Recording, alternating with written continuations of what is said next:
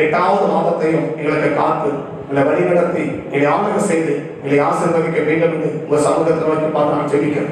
கிருபைகளோடு கூட இருக்கட்டும். அழைத்த தெய்வத்தையும் கொடுத்த கிருபையையும் எங்கள் மேலும் இந்த அபிஷேகத்தை நம்பி உடைய சமூகத்துக்கு நேராக வந்து நிற்கிறோம்.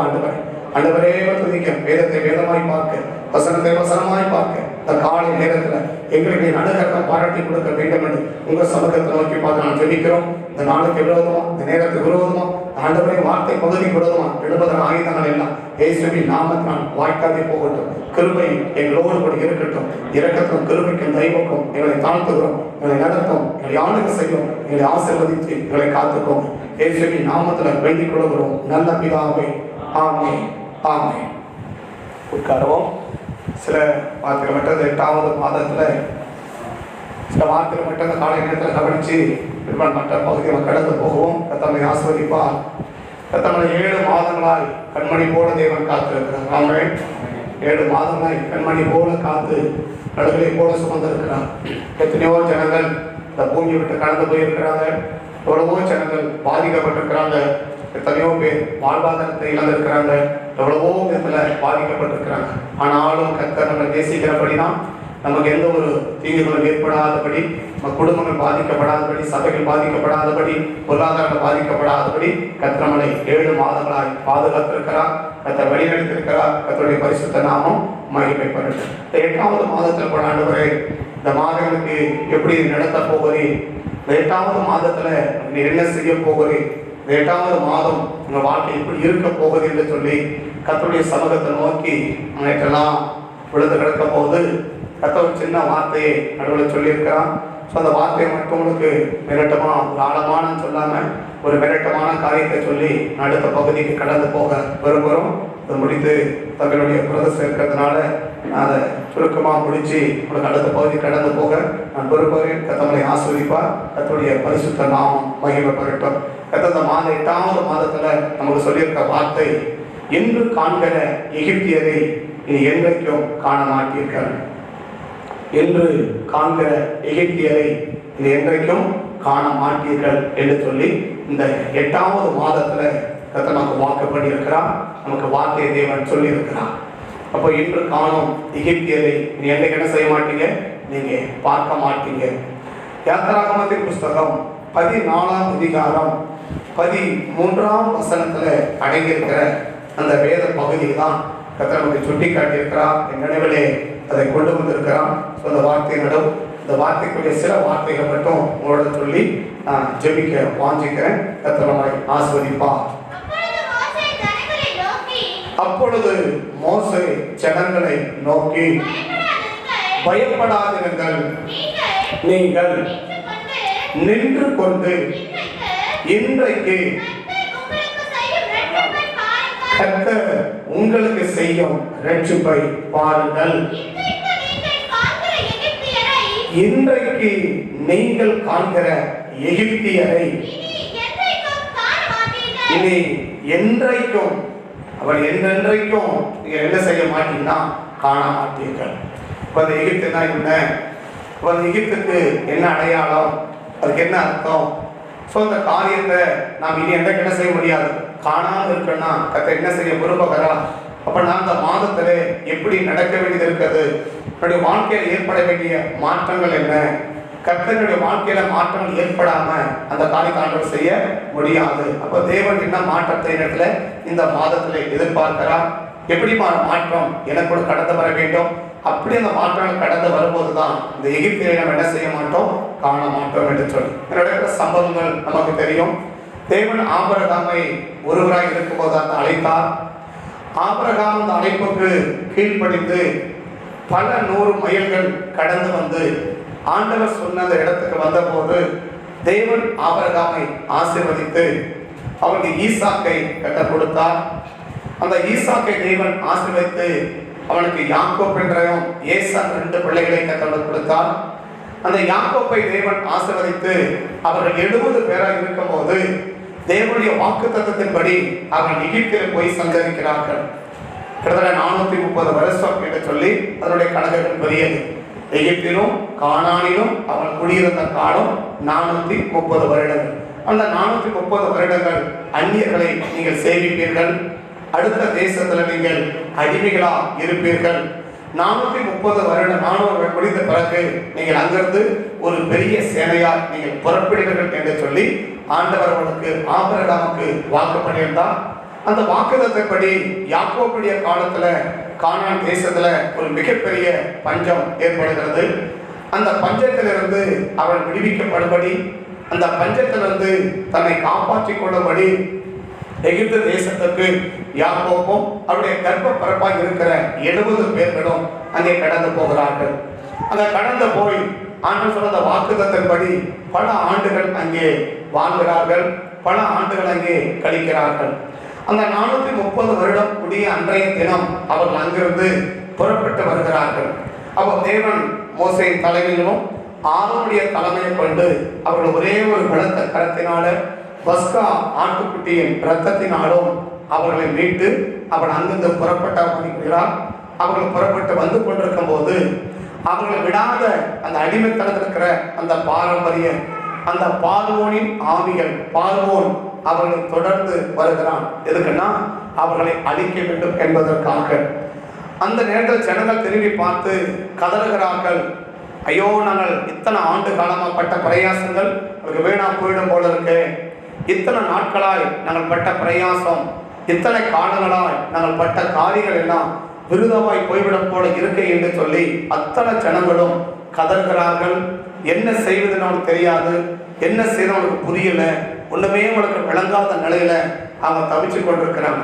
அப்படி தவித்துக் கொண்டிருக்கிற அந்த நேரத்தில் தான் இந்த வார்த்தையாளர் சொல்லுகிறார், இந்த 8வது மாதத்திலும் வந்திருக்கிற நீங்கள் ஏதோ ஒரு காரியத்தை குறித்து கலங்கி போய், ஏதோ ஒரு காரியத்தை குறித்து ஐயோ எப்படி சம்பவிக்குமோ, குடும்பத்துடைய நிலைகள் எப்படி மாறுமோ, நான் என்ன செய்ய போகிறேனோ, என் பிள்ளைகள் என்ன செய்ய போகிறதோ, இது எப்படி முடிய போகுதோ, இதை எப்படி நான் ஜெயிக்க போறேனோ, இதை எப்படி நான் மேற்கொள்ள போகிறேனோ, இத்தனை ஆண்டுகளா நான் பட்ட பிரயாசங்கள் வீணா போயிடும் போல இருக்கு, விருதமாய் போய்விடும் போல இருக்கு என்று சொல்லி ஒருவேளை காலை நேரத்துல நீங்கள் கலக்கத்தோடு வந்திருக்கலாம், கலைஞர் இருதயத்தோடு நீங்கள் காணப்படலாம், துக்கத்தோடு நீங்கள் காணப்படலாம், வருத்தத்தோடு நீங்கள் காணப்படலாம், பிரச்சனைகளை மேற்கொள்ள முடியாம தவிப்போடு நீங்கள் காணப்படலாம், மன குழப்பத்தோடு காணப்படலாம். என்னோட பார்த்துதான் ஆண்டவர் சொல்ற அந்த வார்த்தை, ஒன்னும் நீங்க பயப்படாதீங்க, கர்த்தர் உங்களுக்காக ஒரு காரியத்தை செய்ய போகிறார். அது என்ன செய்ய போறார்னா, இன்றைக்கு உங்களை பின்னிட்டு வருகிற இந்த பிரச்சனைகளும் இந்த போராட்டங்களும் இந்த பார்வோம் இது என்ன செய்ய மாட்டானா, அவன் என்றென்றைக்கும் அவன் இராதபடிக்கு நான் அவனை அழித்து போடுவேன் என்று சொல்லி கத்தந்த பயந்து போய் கலங்கி போய் நடுக்கத்தோடு என்ன சம்பவிக்குமோ, எப்படி இருக்குமோ, என்ன செய்ய போறனோ என்று ஒரு மிகப்பெரிய பயத்தோடு வாழ்ந்து கொண்டிருக்கிற அந்த ஜனத்துக்கு சொன்ன வார்த்தை தான், இன்றைக்கு காண்கிற எகிப்தியரை இனி என்றைக்கும் என்ன செய்ய மாட்டீர்கள், காண மாட்டீர்கள். இந்த எகிப்துனா என்ன? இந்த எகிப்தியர் அப்படின்போது ஒருவேளை அன்றைக்கு எழுத்தின்படி ஒரு மனிதர் அவர்களை துரைத்து கொண்டு வந்தது உண்மை. ஒரு பெரிய சேனையோடு, ஒரு பெரிய படத்த கரத்தோடு, இரும்பு ரதங்களோடு எப்படியாகிலும் இவர்களை அழித்துவிட வேண்டும், இவர்களை உயிரோடு வைத்துவிடக் கூடாது, இந்த பூமியிலே இவங்க வாழக்கூடாது என்று சொல்லி ஒரு பயங்கர வெறிக்கொண்டு ஒரு பயங்கரமான போராட்டத்தோடு ஒரு வேகத்தோடு கூட உத்வேகத்தோடு கூட அவன் புறப்பட்டு அன்றைக்கு வந்தான். இன்றைக்கு ஒருவேளை நமக்கு எதிரிகளாகிய மனிதர்கள் நம்மளை துரத்தாமல் இருக்கலாம், ஆனா ஏதோ ஒரு ஆவி நம்ம என்ன செய்து இருக்குன்னா துரத்தி கொண்டே இருக்கிறது. ஏதோ ஒரு ஆவி, ஏதோ ஒரு காரியம் நம்மளை துரத்தி கொண்டே இருக்கிறது, ஏதோ ஒரு பலவீனம் நம்மளை துரத்தி கொண்டே இருக்கிறது, ஏதோ ஒரு வியாதி நம்மளை துரத்தி கொண்டே இருக்கிறது, ஏதோ ஒரு போராட்டம் நம்மளை துரத்தி கொண்டே இருக்கிறது, ஏதோ ஒரு கடன் நம்மளை துரத்தி கொண்டே இருக்கிறது, ஏதோ ஒரு போராட்டமும் பிரச்சனைகளும் நம்மளை என்ன செய்து கொண்டே இருக்குன்னா அது துரத்தி கொண்டே இருக்கிறது. அப்படி துரத்தி வந்து கொண்டிருக்கிற அந்த ஆவியை தான் இந்த காலை நேரத்துல தேவன் அழித்து, இன்றைக்கு நீங்கள் பார்க்கிற இந்த பிரச்சனைகள், இன்றைக்கு நீங்கள் பார்க்கிற இந்த போராட்டம், இன்றைக்கு நீங்கள் பார்க்கிற இந்த வருத்தம், இன்றைக்கு பார்க்கிற இந்த வியாதி, இன்றைக்கு பார்க்கிற இன்றைக்கு சந்திக்கிற இப்படிப்பட்ட இந்த நிலைகள் எல்லாம் இது என்றைக்கும் உங்க வாழ்க்கையில வராதபடி அவர்கள் என்ன செய்து போடுவேன், நான் முற்றிலுமா நிக்கரகம் பண்ணி போடுவேன், அவர்களை அழித்து போடுவேன். இப்படி பார்க்கிற நீங்க இனிமேல் அதை இன்றைக்கு என்ன செய்ய மாட்டீங்க, நீங்க பார்க்க மாட்டீர்கள் என்று சொல்லி தேவன் அவர்களுக்கு வாக்குப்படுகிறதை இங்க பார்க்கிறோம். இப்ப இந்த எகிப்து என்பது என்ன என்று நீங்கள் அறிய வேண்டுமானால் அதே யாத்திராகமத்தின் புஸ்தகம் 2ஆம் அதிகாரம், யாத்திராகமத்தின் புஸ்தகம் 2ஆம் அதிகாரம் கடைசி 3 வசனங்களை நீங்கள் வாசிப்பீர்களானால், சில காலம் சென்ற பின் எகிப்தினுடைய ராஜா மரித்தான், இஸ்ரவேல் புத்திரர். அப்போ இந்த எகிப்து என்பது என்னன்னா, முதலாவது தவிப்பு. இந்த எகிப்தின் பார்வோன் என்று சொல்லுவது முதலாவது அங்க சொல்லுகிறதுனா தவிப்பு. இப்ப ஏதோ ஒரு காரியத்தை குறித்து நீங்கள் தவிக்கிறீர்கள், ஏதோ ஒரு காரியத்துல நீங்க தவித்துக் கொண்டிருக்கிறீர்கள், ஏதோ ஒரு காரியத்தை நினைச்சு ஐயோ என்ன செய்யறது, எப்படி ஒரு தண்ணி கழுவுற தானியத்துக்கு வெளியில போட்டா அது எப்படி துடிக்குமோ, எப்படி ஒரு தண்ணி கழுவுற மீனை எடுத்து வெளியில போட்டா அது எப்படி துடிக்குமோ, அந்த ஒரு துடிப்புக்குள்ளாக நீங்கள் காணப்படலாம். இது என்ன நடக்க போகுது, எப்படி எப்படி இது எப்படி இது என்ன செய்ய போறோம், எப்படி செய்ய போறோம், என்ன செய்ய போறோம் என்று சொல்லி ஒரு மிகப்பெரிய தவிப்பு. இப்ப தவிப்புன்றது உங்களுக்கு புரியும், நான் அதை விளக்க வேண்டும். தவிக்கிறது, என்ன செய்யறது என்ன செய்யறது, இந்த ஜனங்க தவிக்கிறாங்க, என்ன செய்யறதுன்னு அவனுக்கு புரியல, என்ன பண்றதுன்னு தெரியல. அவ்வளவு விதமான பாதிப்பு, அவ்வளவு விதமான போராட்டம், அவ்வளவு விதமான பிரச்சனைகளை அவனை சந்திக்கிறதுனால அவன் என்ன செய்கிறான்னா தவிக்கிறார்கள். அப்ப எகிப்து என்பது என்னன்னா முதலாவது தவிப்பு. அந்த தவிப்பிலிருந்து தான் இன்றைக்கு நீங்க தவிக்கிற அந்த தவிப்பை இனி என்றைக்கு நீங்க தவிக்காதபடி அந்த தவிப்பை கர்த்தர் மாற்ற விரும்புகிறார். அடுத்த வார்த்தை சொல்றாரு,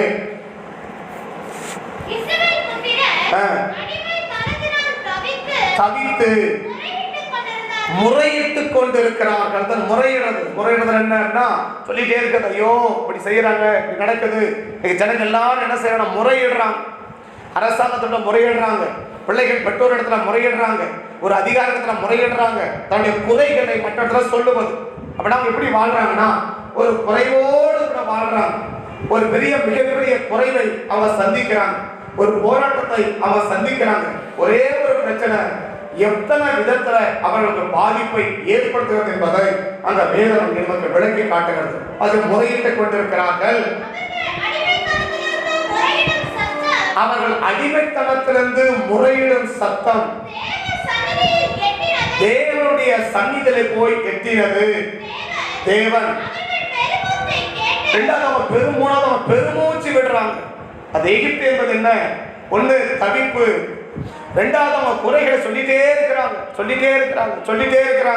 இதை மாத்துங்க, இதை பண்ண முடியாது, முறையிட்டு கொண்டே இருக்கிறாங்க. மூன்றாவது அங்க சொல்றாரு, அவங்க என்ன செய்யறாங்க அப்படின்னா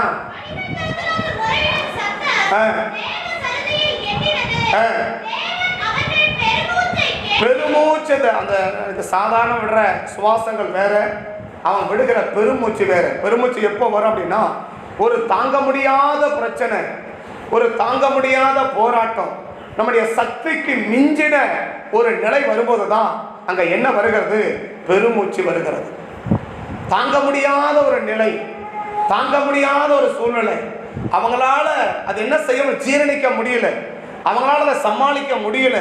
அவ்வளோ பெரிய ஒரு நிலை வரும்போது தான் அவங்க வாழ்க்கையில என்ன வருகிறதுன்னா பெருமூச்சு அங்கே வருகிறது. அடுத்த வார்த்தை வாசிக்கலாம். இந்த 3 கர்த்தரை சொல்றாரு. ஒன்னு என்ன சொல்றாரு, தவிப்பு. ரெண்டாவது சொல்றாரு முறையிடுறாங்க. மூணாவது சொல்றாங்க பெருமூச்சு விடுறாங்க. இது 3 சொல்றாங்க.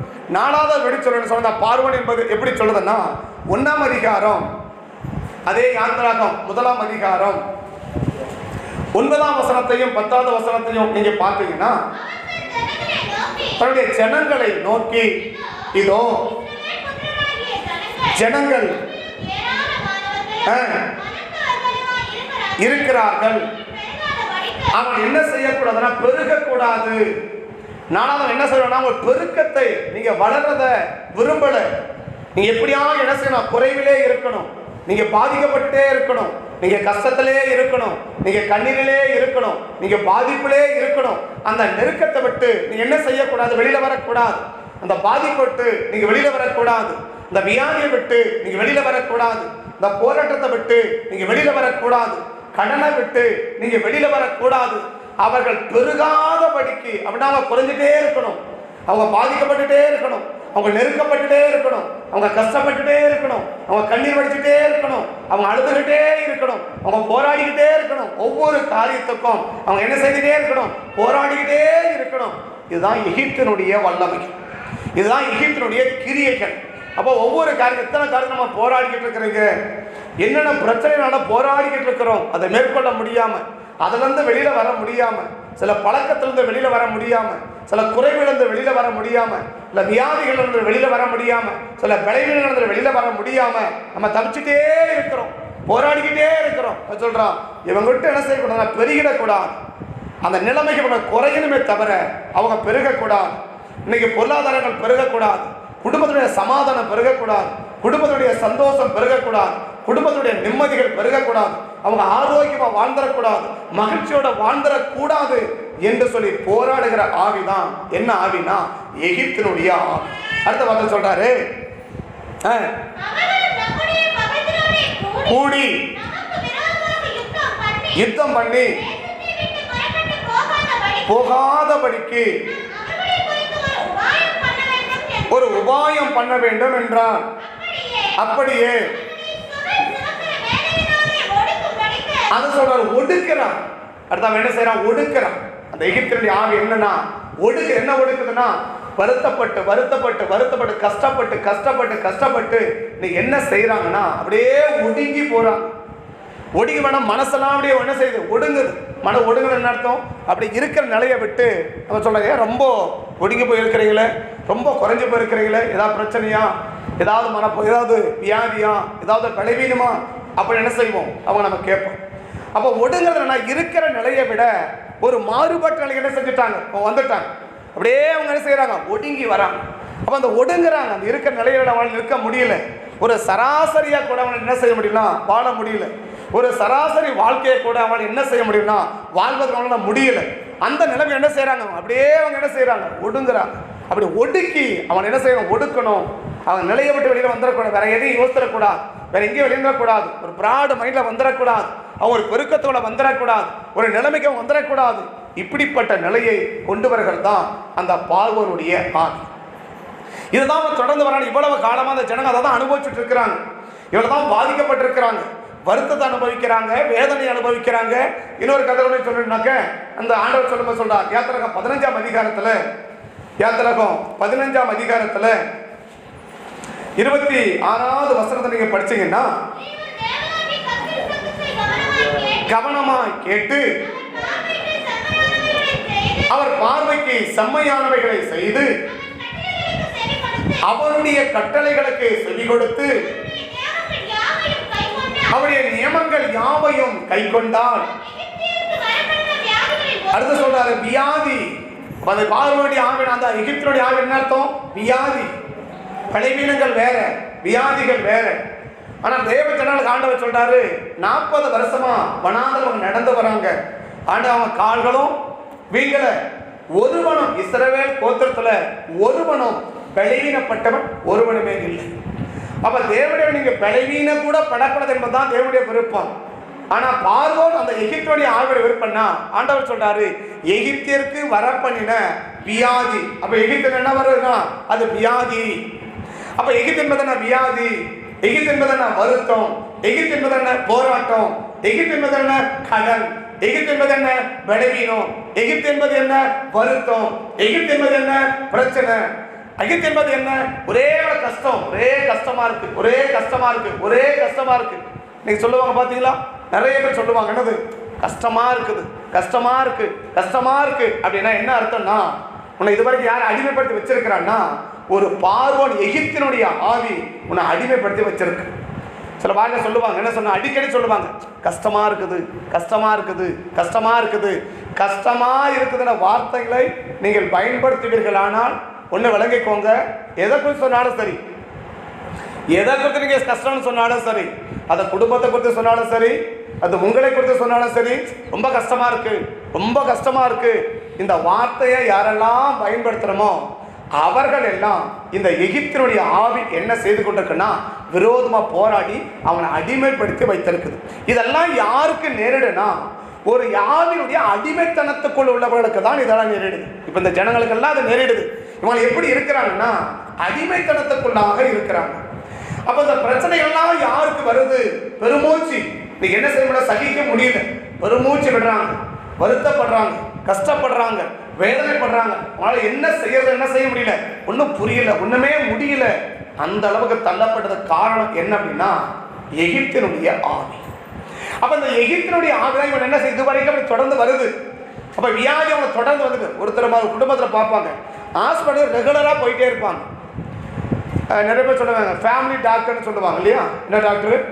குடும்ப வைத்தியர். என்ன அர்த்தம்?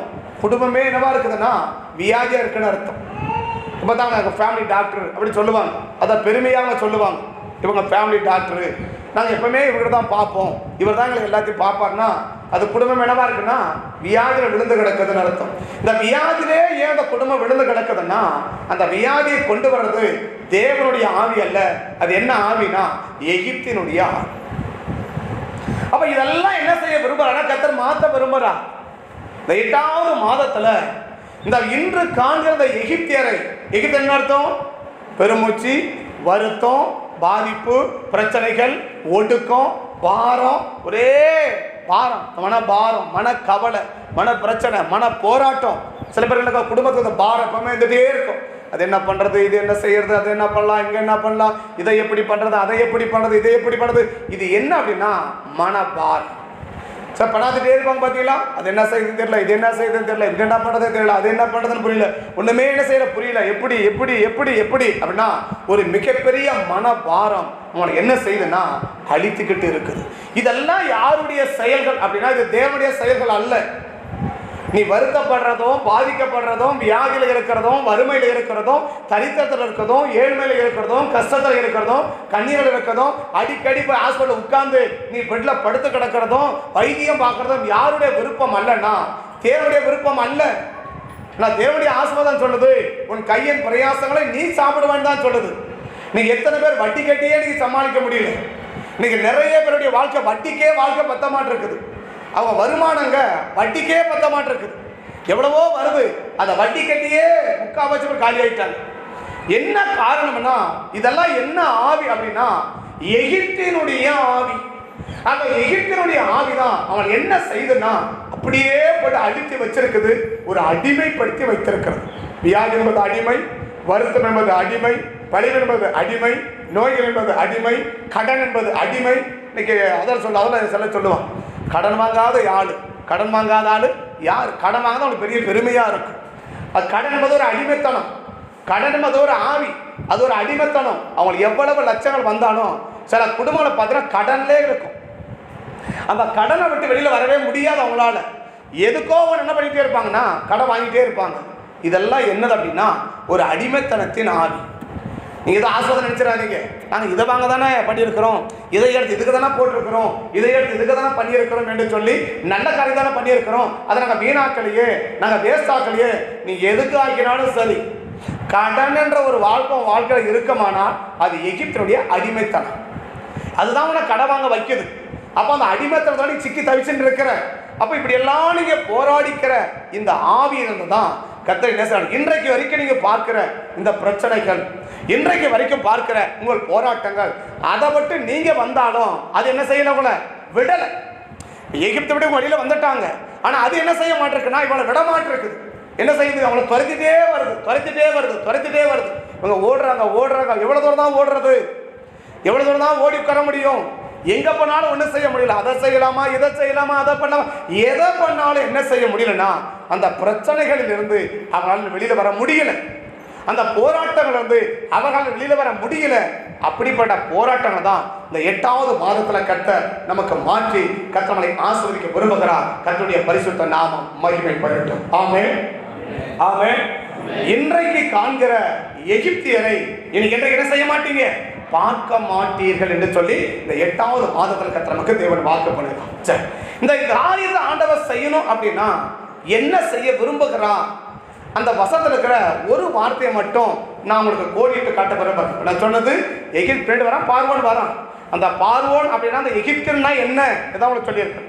அப்ப எகிப்துனா வருத்தம், தவிப்பு, முறையிடுற சத்தம், கலக்கிற சத்தம், நிம்மதியா இருக்க முடியாது. ஒரே வேளை சொல்லணும்னா நிம்மதின்றத உன் வாழ்க்கையில் இருக்காது. நீங்க நிம்மதியா சாப்பிட முடியாது, நிம்மதியா தூங்க முடியாது, நிம்மதியா இருக்க மன நிறைவோடு இருக்க முடியாது. கஞ்சியை குடிச்சாலும் மனநிறைவோடு இருக்கிறப்பா அந்த மன நிறைவை, மன நிம்மதியை நீங்க பெற முடியாது. அந்த ஆவிக்கு பேர் தான் என்ன ஆவினா ஒரே வேளை சொன்னா பல காரியங்களை குறித்து, அதை குறித்து இதை குறித்து அதை குறித்து எதையோ யோசித்து நிம்மதியா சாப்பிட முடியாது, சாப்பிட வேண்டிய நேரத்துக்கு சாப்பிட முடியாது, தூங்க வேண்டிய நேரத்துக்கு தூங்க முடியாது, இருக்க வேண்டிய இருக்க முடியாது, எதையுமே செய்ய முடியாது. நிம்மதியை இழந்து, சமாதானத்தை இழந்து, மகிழ்ச்சியை இழந்து, சந்தோஷத்தை இழந்து, சில பேர் எப்ப பாரு சண்டை சண்டை சண்டை சண்டை சண்டை, எப்ப பாரு சண்டை தான் அந்த வீடுகள். அந்த வீட்டில் என்ன இருக்காதுன்னா சமாதானமே இருக்காது, அந்த வீட்டில் நிம்மதியே இருக்காது. இதெல்லாம் என்ன ஆவி அப்படின்னா இதெல்லாம் தான் எகிப்தினுடைய ஆவிகள். இதுதான். அப்போ இந்த மாத்துவேன்னு சொன்ன இதை பார்க்க மாட்டீங்கன்னா இதை எல்லாவற்றையும் தேவன் என்ன செய்ய விரும்புகிறான்னா மாற்றி போட விரும்புகிறார். இதை தேவன் மாற்றி போடணும் அப்படின்னா கர்த்தர் என்ன சொல்ல விரும்புகிறார், என்ன செய்ய விரும்புகிறார்? இந்த மோசே பக்தன் மூலமாக அந்த வார்த்தை தேவன் சொல்லுகிற அந்த வார்த்தை மீண்டும் நீங்கள் வாசிக்கும் போது, அப்பொழுது மோசே ஜனங்களை நோக்கி பயப்படாதிருங்கள், நின்று கொண்டு என்ன செஞ்சு நீங்க நின்னாதான் நின்று கொண்டு. அப்ப கர்த்தர் கிரியை செய்யணும் அப்படின்னா நம்ம நிக்கணும். இன்றைக்கான எகிப்து என்ன செய்ய மாட்டீங்க, பார்க்க மாட்டேன், இன்றைக்கும் பார்க்க மாட்டீங்க. அதை என்ன செய்ய போறேன், கிரியை செய்ய போறேன்னா இதை நான் செய்யணும் அப்படின்னா நான் தான் செய்ய முடியும், நீ செய்ய முடியாது. அவனை பார்த்தோன்னே பயமா இருக்கு, அந்த பிரச்சனையை பார்த்தா பயமா இருக்கு. சில பேர் சொல்லி கேள்விப்படும் அந்த 1ஆம் தேதி. ஆனால் சில பேருக்கு பயங்கர பயம். என்ன பயம்? ஐயோ எந்த வட்டிக்கார வந்து நிற்கிறானோ. அந்த நேரத்தை பார்த்தா வீட்டுக்கு சாதாரண சொந்தக்கார வண்டி நின்னா கூட உள்ள அப்படியே பயப்படுவாங்க. ஐயோ எந்த வட்டிக்கார வந்து கேட்கறான்னு தெரியலையே, யார் வராங்களோ தெரியலையோ, என்னவோ தெரியலையே, என்னவோ தெரியலையே, என்ன கேட்க போறாங்களோ தெரியலையே, என்ன பதில் சொல்றது தெரியலையே அப்படின்ற அந்த பயமும் அந்த நடுக்கமும் தவிப்போம் அவனுக்கு இருந்துகிட்டே இருக்கும். அப்போ தேவனுள் நின்று கொண்டு, அப்ப நீங்க நின்னாதான் நீங்கள் நின்று கொண்டு கர்த்தர் உங்களுக்கு செய்யும் ரட்சிப்பை பாருங்கள். அப்ப இந்த மாதத்துல தேவனுடைய கிரியைகளை நீங்க பார்க்கணுமா? அது என்ன கிரியை அப்படின்னா இன்றைக்கு பார்க்கிற இந்த எகிப்தியரை நீங்க என்ன செய்ய மாட்டீங்க, பார்க்க மாட்டீங்க. அந்த எகிப்தியரை இன்னைக்கு பார்க்க அந்த பிரச்சனை, இந்த வருத்தங்களை நீங்க பார்க்காம இருக்கணும்னா நாம வாழ்க்கையில கிரியை செய்யணும். நாம் தான் செய்ய முடியுமே தவிர வேற யாரும் செய்ய முடியாது, செய்ய முடியாது. உன் முயற்சியை செய்ய முடியாது, உன்னுடைய திறமையை செய்ய முடியாது. நீங்க நிறைய பேர் திறமை ஓடுறோம், இன்னைக்கு அதை பண்ணா இதை பண்ணலாம், இதை பண்ணலாம், அதை பண்ணலாம். நீ எதை வேணா பண்ணு, நீ எதை பண்ணாலும் என்ன செய்ய முடியலன்னா இத்தனை ஆண்டு காலமா, இத்தனை மாதங்களா, இத்தனை நிலைமைகளை நீங்க ஓடிக்கிட்டு தான் இருக்கிறீங்களே தவிர, அது உங்களை துரத்திக்கிட்டு தான் இருக்குதே தவிர நீங்க மீண்டும் வெளியில வர முடியல, நீங்க ஜெயிச்சு வெளியில வர முடியல. என்ன காரணம்? தேவன் உங்க வாழ்க்கையில கிரிகளை செய்ய முடியல. அப்ப தேவன் நம்முடைய வாழ்க்கையில கிரிகளை செஞ்சாதான் நாம என்ன செய்ய முடியும்னா அந்த பிரச்சனை இருந்து வெளியில வர முடியும். அந்த வார்த்தை 3 காரியத்தை 3 பகுதியா அந்த வசனம் பிரிச்சு வாசிக்கணும். அங்க சொல்றாரு, கர்த்தர் மோசே அந்த ஜனங்களை நோக்கி பயப்படாதிருங்கள், நீங்கள் நின்று கொண்டு இன்றைக்கு கர்த்தர் உங்களுக்கு செய்யும் ரட்சிப்பை, அந்த செயல்களை நீங்கள் பாருங்கள். அது என்ன செயல் அப்படின்னா இன்றைக்கு நீங்கள் காண்கிற எகிப்தியரை இனி என்றைக்கும் என்ன செய்ய மாட்டீங்கன்னா காண மாட்டீர்கள். அப்போ அந்த செயல் தேவன் செய்ய போறா. எதை செய்ய போறாரு? இன்னைக்கு பார்க்கிற அந்த பிரச்சனையை மாற்ற போறா, அந்த வருத்தத்தை மாற்ற போறா, அந்த கண்ணீரைக்கத்தை மாற்ற போறா, அந்த கஷ்டங்களை தேவன் மாற்ற போறா, இந்த வியாதியை தேவன் மாற்ற போறா, இந்த வெளிமண்டக்கத்தை மாற்ற போறா. இவைகள் எல்லாம் தேவன் மாற்ற போறா. இவைகள் எல்லாம் தேவன் மாற்றணும்னா நம்ம நிற்கணும். நிற்கிறதெல்லாம் எதெல்லாம் நிற்கிறது, எப்படி நிற்கிறது? காலில் நிற்கிறதாங்க சொல்லல, எல்லாரும் காலில் தான் நிற்கிறாங்க. அங்க காலில் நிற்கிறதாங்க சொல்லல, நீங்கள் நின்று கொண்டு. இதே வார்த்தைய நீங்க 1 சாமுவேல் 12ஆம் அதிகாரம் 16வது வசனத்தை கூட வாசிப்பீங்கன்னா 1 சாமுவேல் 12ஆம் அதிகாரம் 16வது வசனத்தை கூட நீங்கள் வாசிப்பீர்களானால், இப்பொழுது கர்த்தர் உங்களுடைய கண்களுக்கு முன்பாக. அப்போ ஒரு பெரிய காரியம் எதிர்பார்க்கிறீங்களா? இந்த 8வது மாதத்துல என் குடும்பத்தில் ஆண்டவர் பெரிய காரியத்தை ஆண்டவர் செய்யணும், ஒரு பெரிய மாற்றத்தை ஏற்படுத்தணும், ஒரு பெரிய நிகழ்வுகளை ஆண்டவர் ஏற்படுத்தணும்னு இந்த 8வது மாதத்துல நீங்கள் எதிர்பார்க்கிறீங்களா? கர்த்தர் உங்க வாழ்க்கையில பெரிய காரியங்களை செய்யணும் நீங்க விரும்புறீங்களா? கர்த்தர் பெரிய காரியங்களை செய்ய வேண்டும் என்ற வாஞ்சை இருக்குதா? ஆண்டவர் பெரிய காரியத்தை செய்யணுன்ற விருப்பங்கள் இருக்குதா? அப்படிப்பட்ட எதிர்பார்ப்புகள் இருக்கிறதா? அப்படிப்பட்ட காரியங்கள் இருக்கிறதா? இதை செய்வதற்கு தேவன் வல்லமை உள்ளவர். பெரிய காரியத்தை உங்க வாழ்க்கையில பெரிய காரியத்தை தேவன் செய்வதற்கு ஆயத்தம் உள்ளவர், தேவன் விருப்பம் உள்ளவர். ஆனா அந்த பெரிய காரியத்தை ஆண்டவர் செய்யணும் அப்படின்னு சொன்னா அங்க சொல்லுகிற ஒரு சின்ன வார்த்தை, அந்த வார்த்தை முடிவை பார்க்கும்போது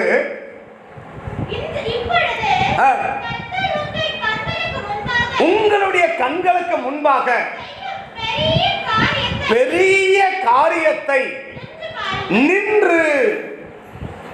அப்ப நின்னாதான் கர்த்தர் என்ன செய்ய முடியும்னா கிரியைகளை ஆண்டவர் செய்ய முடியும். அப்ப நிற்காத பட்சத்துல தேவன் என்ன செய்ய முடியாதுன்னா நம்முடைய வாழ்க்கை இதுவரைக்கும் துரத்தி கொண்டிருக்கிற காரியங்களை மோசே சொல்றா நீங்கள் நின்று, சாமுவேல் சொல்றா நீங்கள் நின்று கர்த்தர் உங்க வாழ்க்கையில செய்கிற இந்த கிரியைகளை நீங்கள் பாருங்கள், இந்த பெரிய செயலை நீங்க பாருங்க, இந்த பெரிய காரியத்தை நீங்க பாருங்க. இது யாரால செய்ய முடியாது, இது ஒரு மனித சக்தியில செய்ய முடியாது, இது மனித அறிவுல செய்ய முடியாது, இது மனிதனுடைய திறமையில செய்ய முடியாது, இந்த மனித யோசனையில செய்ய முடியாது.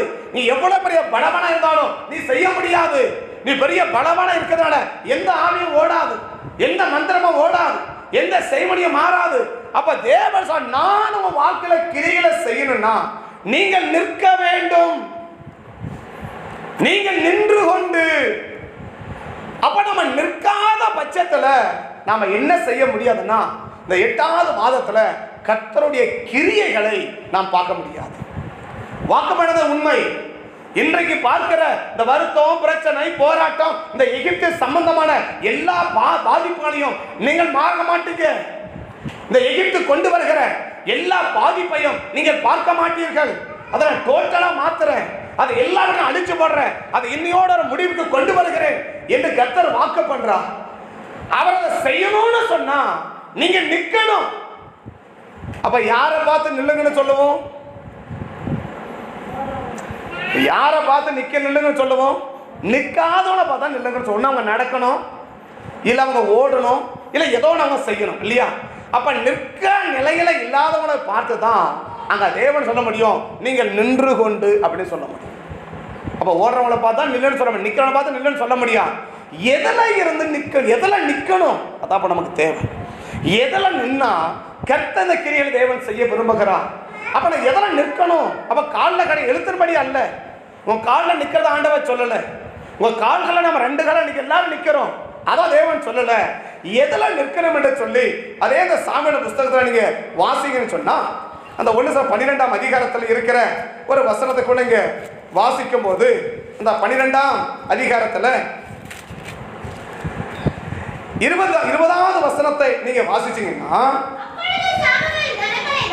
அப்பொழுது சாமுவேல் ஜனங்களை நோக்கி பயப்படாதேயுங்கள். இந்த மோசேயும் சொன்னாரு ஜனங்களை பார்த்து பயப்படாதேயுங்கள் என்று சொல்லி, நீங்கள் உங்கள் இந்த பொல்லாப்பை எல்லாம் நீங்க செய்தீர்கள் ஆகிலும்.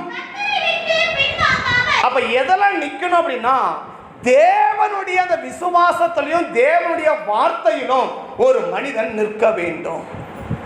நீங்க எடுத்த தீர்மானத்திலே நில்லுங்கள், உங்களுடைய ஜெபத்திலே நீங்கள் நில்லுங்கள், உங்க வார்த்தையிலே நீங்கள் நில்லுங்கள், தேவனுடைய வசனத்திலே நீங்கள் நில்லுங்கள். அதை விட்டு நீங்கள் பின்வாங்காதபடிக்கு அந்த ஒரு வார்த்தை மட்டும் வாசி, ஆகிலும். அப்ப தேவனை விட்டு யாரெல்லாம் பின் வாங்குறாங்களோ அவங்க வாழ்க்கையில இந்த எகிப்து மாறாது. இந்த எகிப்து என்ன செய்யாது? மாறாது. யாரெல்லாம் தேவனை விட்டு பின் வாங்குறாங்களோ, ஆண்டவரை விட்டு பின்மாற்றம் அடைகிறாங்களோ, பின்மாற்றமாய் போவது வேறு, பின்மாற்றமாய் வாழ்வது வேறு.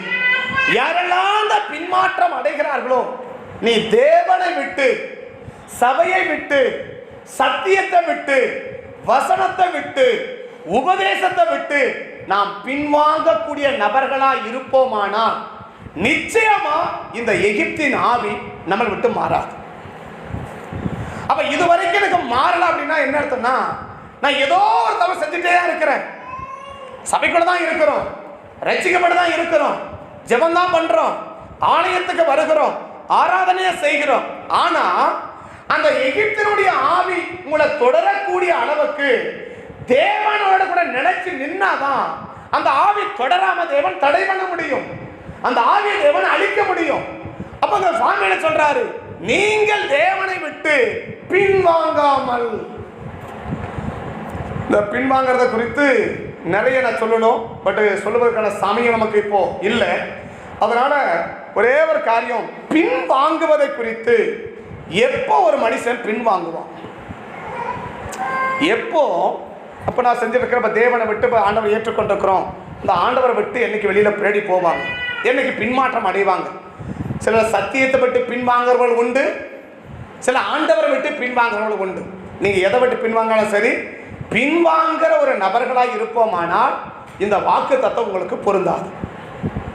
பின்மாற்றமா வாழ்ந்து கொண்டிருந்தாலும் சரி, பின்மாற்றமா நீங்க போகிறதாலும் சரி, ஆண்டவரையே விட்டாலும் சரி, இல்ல ஆண்டவரை சொல்லும் போது அடுத்தபடி சொல்றது தேவனுடைய வார்த்தை, நீங்க வார்த்தையின்படி நடக்காம போனாலும் சரி, இதை ரெண்டும் என்றைக்கு நம்ம விடுகிறோமோ அன்றைக்கு இந்த எகிப்தினுடைய ஆவி உங்களை தொடர்ந்துகிட்டே தான் இருக்குமே தவிர, நீங்க ஓடிக்கிட்டு தான் இருக்கணுமே தவிர, இந்த தேவன் இந்த காரியத்தை மாற்ற முடியாது. நீங்க நிக்கணும். எதில் நிக்கணும்? ஆண்டவரை ஏற்றுக்கொண்ட காரியத்தில் நிக்கணும், விசுவாசத்திலே நிற்கணும், உபதேசத்திலே நிற்கணும், பரிசுத்தத்திலே நிற்கணும், வசனத்திலே நம்ம நிற்கணும். என்றைக்கு வசனத்தை விட்டு வசனத்தை நமக்கு சாதகமானி மாற்ற நினைக்கிறையோ, வசனத்தை உங்களுக்கு சாதகமானி மாற்ற நினைக்கிறீங்களோ, இல்ல உங்களுக்கு சாதகமா எடுத்துக்கொள்ள நினைக்கிறீங்களோ, ஒரு நாளும் இந்த வாக்கு தத்துவம் உங்க வாழ்க்கை நிறைவேறுவதற்கு சாத்தியமே கிடையாது, சாத்தியமே கிடையாது. அப்ப இன்றைக்கு பார்க்கிற எகிப்தியர இந்த இந்த காரியத்தை எல்லாம் இனிமே நீங்க பார்க்காம இருக்கணுமா? அப்ப நீங்க பார்க்காம இருக்கணும்னா நில்லுங்க. எதில் நில்லுங்க? ஆண்டவரை ஏற்றுக்கொண்ட கதை நில்லுங்க, அந்த உபதேசத்துல நில்லுங்க, வசனத்துல நில்லுங்க. அந்த வார்த்தை சொல்லும்போது சொல்றாரு, அந்த வார்த்தை மட்டும் வாசி,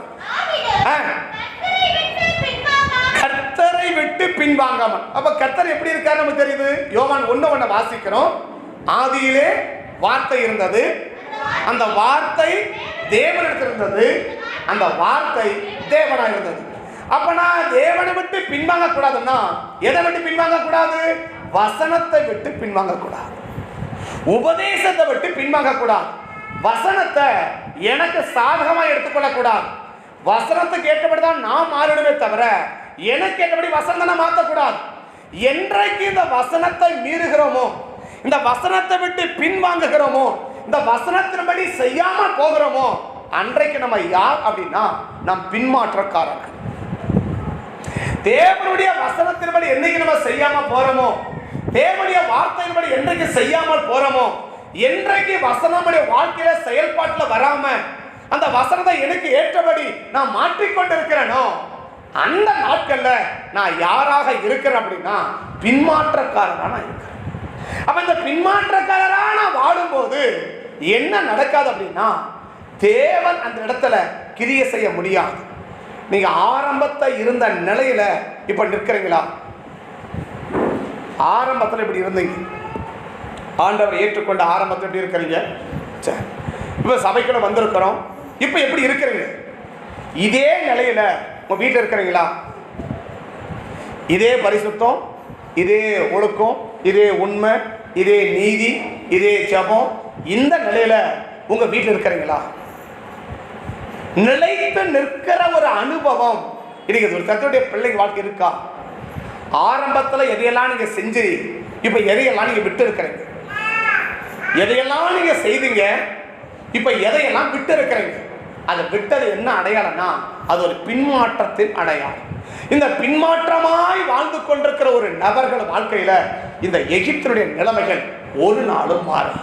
இந்த எகிப்து மாற வேண்டும்னா சொல்றா, நீங்க நின்று கொண்டு. எப்போ ஒரு மனுஷன் பின்மாற்றம் அடைய முடியும்?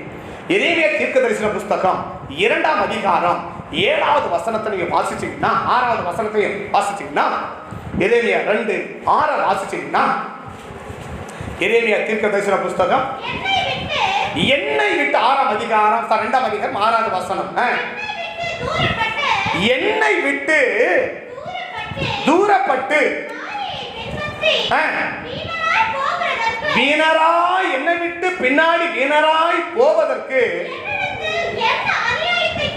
அப்போ எதை நம்ம தவறு, எதை நம்ம அநியாயம், என்னுடைய செயல்பாட நீதி என்றோம், நம்ம செயல்பாட நியாயம் என்றோம், தேவன் நம்முடைய வாழ்க்கையில செய்யாத போற காரியத்தை அநியாயம் என்றோம் நாம் என்னைக்கு நினைக்கிறோமோ அன்றைக்கு வசனத்தில் நினைக்க முடியாது, அன்றைக்கு வார்த்தையில நிலைச்சு நிற்க முடியாது. அன்றைக்கு தான் ஒரு மனுஷன் என்ன அடையிறான்னா பின்மாற்றத்தில் அடைகிறான்.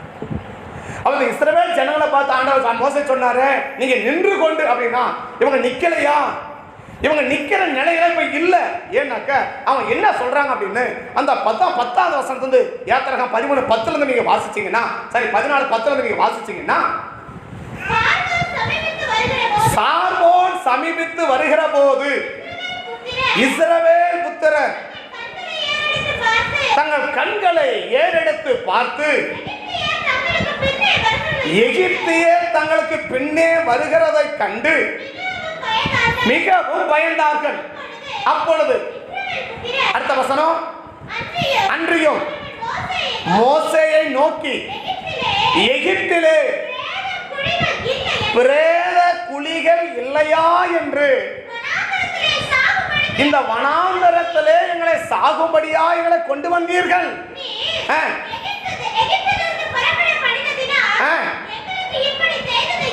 என்ன இப்ப அவன் என்ன காரியம்னா, அவன் என்ன செய்ய முடியல? இந்த தேவனோடவன் நிலைச்சு நிற்க முடியல. இந்த தேவனோடவன் நிலைத்து நிற்க முடியல. அப்ப இந்த தேவனோடவன் நிலைத்து நிற்க முடியாத போகும்போதுதான் அங்க மோசே சொல்றாரு, நீங்க நில்லுங்கள். அப்ப நாங்க எகிப்துக்கு போயிருந்தா நல்லா இருந்திருக்கோம், நாங்க அங்கே இருந்தா நல்லா இருந்திருக்கோம், நாங்க அதை செஞ்சா நல்லா இருந்திருக்கோம், நாங்க அப்படியே இருந்தா நல்லா இருந்திருக்கோம். இன்னைக்கு நிறைய நினைக்கிறது என்னன்னா, நாங்க அப்படியே இருந்திருந்தா எப்படி இருந்திருக்கோம்? நல்லா இருந்திருக்கோம். ஆடி மாசம் நிறைய பேர் கோழி வெட்டுறாங்க, நிறைய பேர் ஆடு வெட்டுறாங்க. நல்லா தினம் என்ன பண்ணியிருக்கலாம்? வெள்ளிக்கிழமை போய் சாப்பிட்டுருக்கலாம், ஞாயிற்றுக்கிழமை போய் சாப்பிட்டுருக்கலாம், செவ்வாய்க்கிழமை போய் சாப்பிட்டுருக்கலாம். இங்கே வந்ததுனால என்ன செய்ய முடியல? இதெல்லாம் இன்னைக்கு சாப்பிட முடியல, இங்கெல்லாம் நம்ம போக முடியல, இங்கெல்லாம் வர முடியல. நம்மனா அப்படியே இருந்தா கூட என்ன இருந்திருக்கும் போல இருக்கு, நல்லா இருந்திருக்கும் போல இருக்கு. ஒரு தேவனுடைய பிள்ளைகள் உன் விசுவாசத்தை விட்டு என்னைக்கு நீ பின் வாங்குறையோ ஒரு நாளும் கர்த்தர் வாழ்க்கையில கிரியை செய்வதற்கு சாத்தியக்கூறுகளே கிடையாது. பார்வன் ஓடி வரான், பின்னாடி வரான். அதை பார்த்த உடனே சொல்றாங்க, எகிப்தில் வந்து பிரேத குழிகள் இல்லைன்னா எங்களுக்கு கொண்டு வந்தீங்க, நாங்கள் எகிப்திலே இருந்திருப்போம், ஆனா எங்களுக்கு எப்படி இருந்திருக்கோம்? நல்லா இருந்திருக்கும். அப்ப அவன் எங்க இருக்க விரும்பல அப்படின்னா, இன்னைக்கு தேவனோடு இருக்க அவன் விரும்பல. அவன் எங்க இருக்க விரும்புறான்? எகிப்துல இருக்க விரும்புறான். நீ எத்தனை பேருக்கு சபையில் இருக்க விருப்பம் இருக்கு? எத்தனை பேருக்கு சபைக்கு வர விருப்பம் இருக்கு? இன்னைக்கு ஏதோ கடமைக்கு வந்து ஞாயிற்றுக்கிழமை அட்டெண்டன்ஸ் போட்டு போறது இல்லை. இன்னைக்கு நம்ம நினைக்கிறோம் ஞாயிற்றுக்கிழமை கொஞ்ச நேரம் இப்படி வந்துட்டு போயிட்டாக்கா ஓ நம்ம விசுவாசி. இல்லை இல்லை இல்லை, ஞாயிற்றுக்கிழமை கொஞ்ச நேரம் வந்து நீ உட்கார்ந்துட்டு போயிட்டாக்கா நீ விசுவாசின்னு அர்த்தம் கிடையாது. இப்போ நம்ம மட்டுமா வந்திருக்கிறோம்? இப்போ தேவன் ஆண்ட அறியாத சில பிள்ளைகள் தான் வந்து உட்கார்ந்துருக்காங்க. இப்போ அவங்க என்ன சொல்ல, நீ சபைக்கு வந்து உட்கார்ந்துதான விசுவாசம் மாறிட முடியாது. அப்படி இருக்குதானே தேவனுடைய ஜனங்களா மாறிட முடியாது. தேவனுடைய ஜனங்களா இருக்கணும்னா நீ நிற்கணும். என்ன நிற்கணும்? தேவனோடு நீ நிற்கணும், விசுவாசனை நிற்கணும். அவனை பார்த்தா சொல்றாரு, நீங்கள் நின்று கொண்டு, நின்று கொண்டு இனி எகிப்துக்கு போகாம, எகிப்துக்கு போகணும்னு நினைக்காம, உலகத்தின்படி வாழணும்னு நினைக்காம இந்த விசுவாசத்திலே நீங்க நின்று கொண்டு கர்த்தர் உங்களுக்கு செய்கிற ரட்சிப்பை பாருங்க. அப்ப தேவன் நம்முடைய வாழ்க்கையில கிரிகளை செய்யணும்னா நம்ம நிக்கணும். எதில் நிக்கணும்?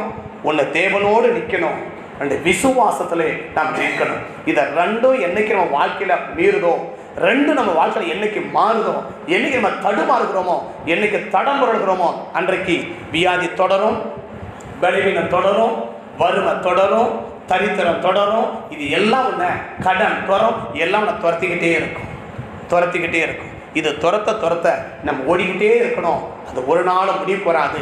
இதுவரைக்கும் நீங்கள் பார்த்த பிரச்சனைகள், இதுவரைக்கும் நீங்கள் பார்த்த போராட்டங்கள் எனக்கு தேவன் மாற்றணும்னு சொன்னால், இந்த மாதத்தில் கர்த்தர் மாற்றணும்னு சொன்னால், கர்த்தர் எதிர்பார்க்கறது நீங்கள் நெல்லுங்கள். எதில் நெல்லுங்க?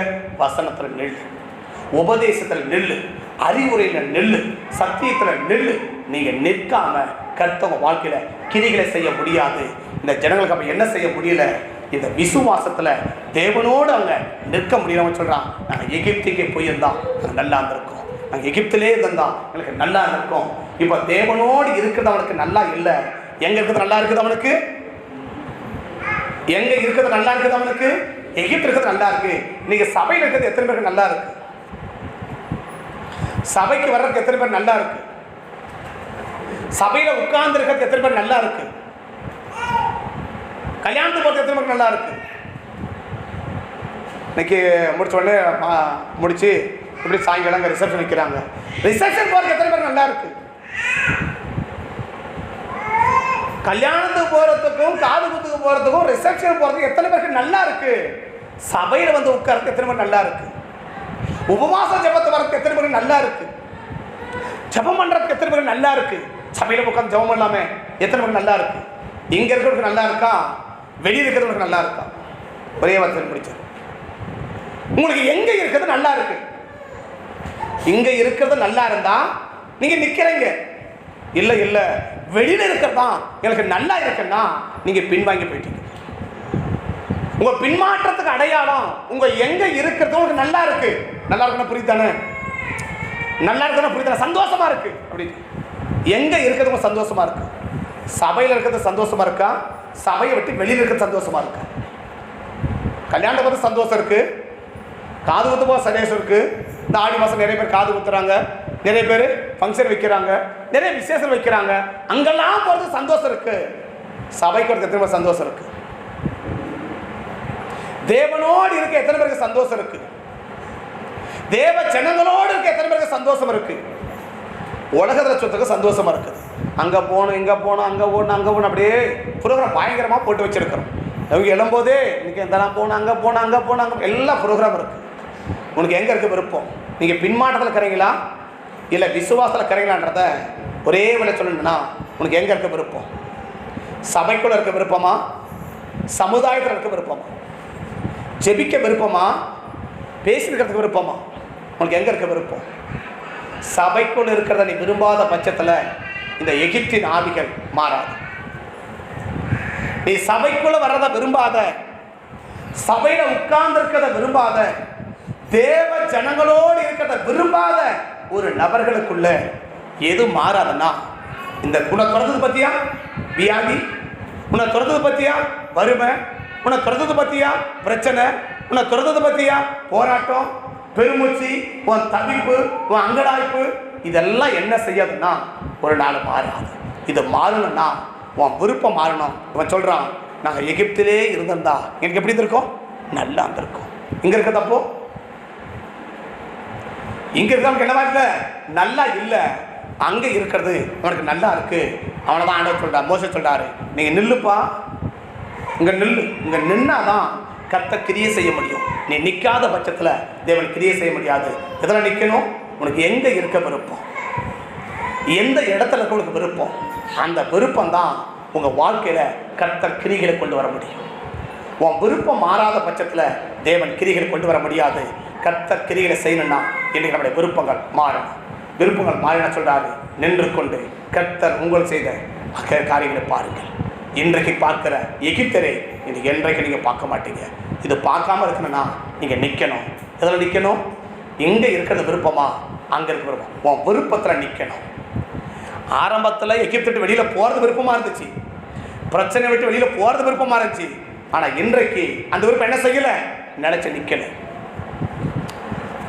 எகிப்தில் இருக்கும்போது தவிச்சான், போராடனா, அழுதான், கூக்குரலிட்டான். என்னென்னு என்னை எப்படி ஆகிருக்கு வெளியில் கொண்டு போயிடுங்கன்ட்டு.